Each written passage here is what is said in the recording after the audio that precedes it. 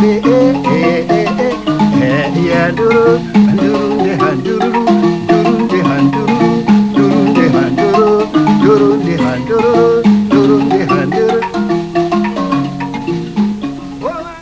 Cecil Rhodes really is a historical figure and not a hero. He managed to get the settlers established not only in southern Rhodesia, northern Rhodesia, and went as far as a bit of what was Nyasaland then, Malawi, and then South Africa itself.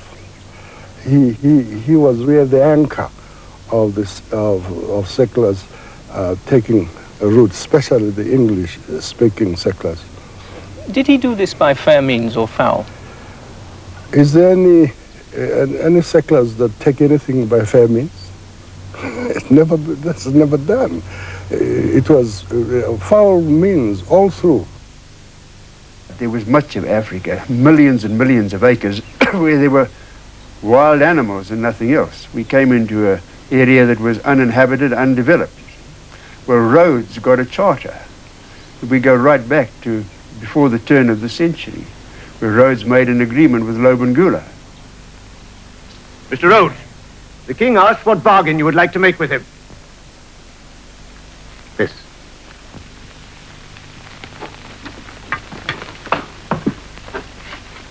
Yeah.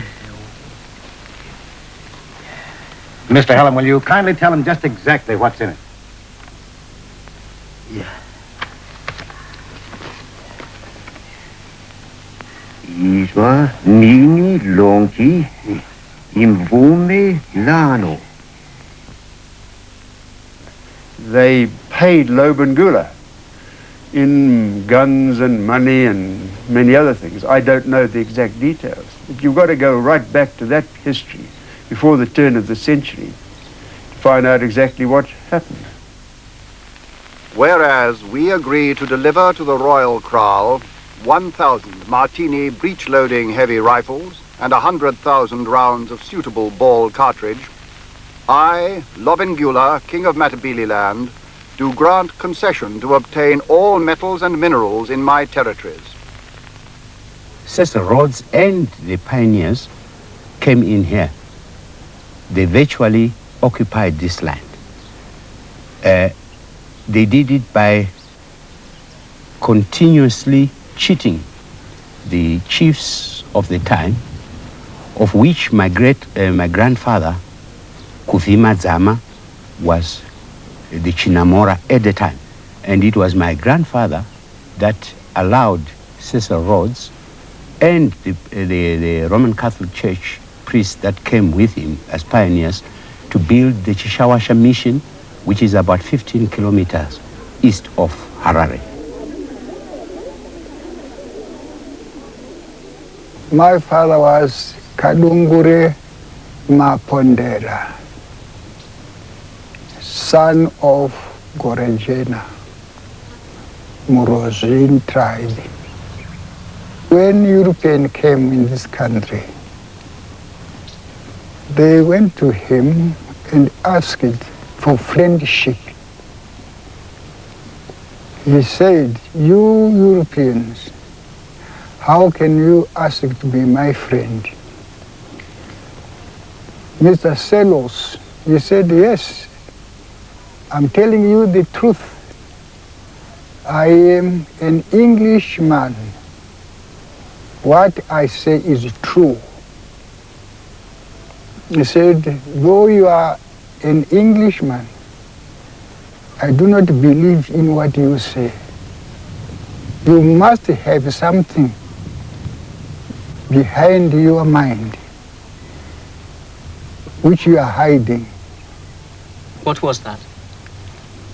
That was, father knew that he was in need of taking the land from me.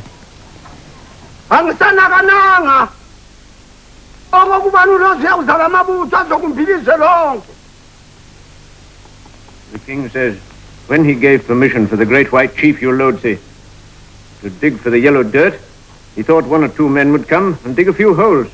He never expected an army to come and dig up his whole country. The king has given that permission, does the king lie? Umeli, Mangana. Inkosi kayiqambi manga. He says the king does not lie. Kanti nxa babe ngabe bonile itshe liluthule esibayeni sami baba ngalembana. King says, if they find gold in his crawl, can they dig for it? Yes. Kanti bangalibona enyaweni zami lapha bangemva yini na? If they find gold under his very feet, can they dig for it? Yes. The white settlers came here to dig gold, to ask for permission to dig gold and to trade with the Africans at the time, but only to turn around the next day and usurp the whole country and to reduce the Africans into sort of serfs and to subjugate them as their colonial slaves. The land was the source of everything.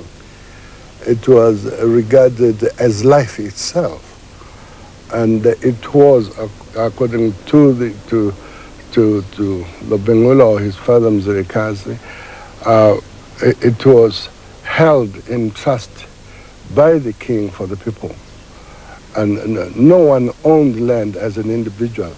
The king himself did not own land. It was held for the people by him. They used it as and when was necessary for whatever purpose that each individual chose to use the land for. The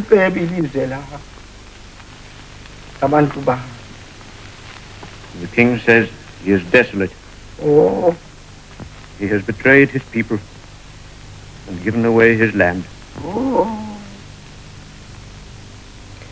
Lobengula found out that he had been tricked by the settlers and suspended the agreement by a letter to the Bechuanaland Times in February 1889. He dispatched 2 envoys to London to see Queen Victoria. She kept them waiting for a week and then declined to see them.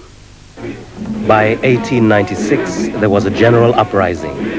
They called it Chimurenga.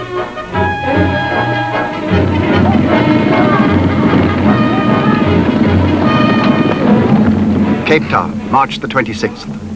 The Matabele have revolted in Insega and Filibusi districts and have massacred a number of whites, including the native commissioner, Mr. Bentley. Mr. Salus has expressed the view that strong and immediate measures might quell the insurrection. April the 11th. The whole Matabele nation has now risen, and it is recognized that 1,500 men are wanted to put down the rebellion.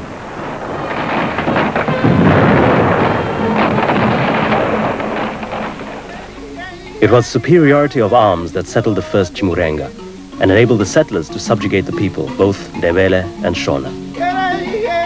2 spirit mediums were hanged as instigators of rebellion, Nehanda and Kagui. The settlers had achieved their aim. Henceforth, the natives were to be restricted as to their movements. By successive land acts, much of the country was allocated for settler activities, without reference to traditional practice. In many places, local people found themselves being forcibly ejected from land they had cultivated for generations. What took place was these people were squatters on land.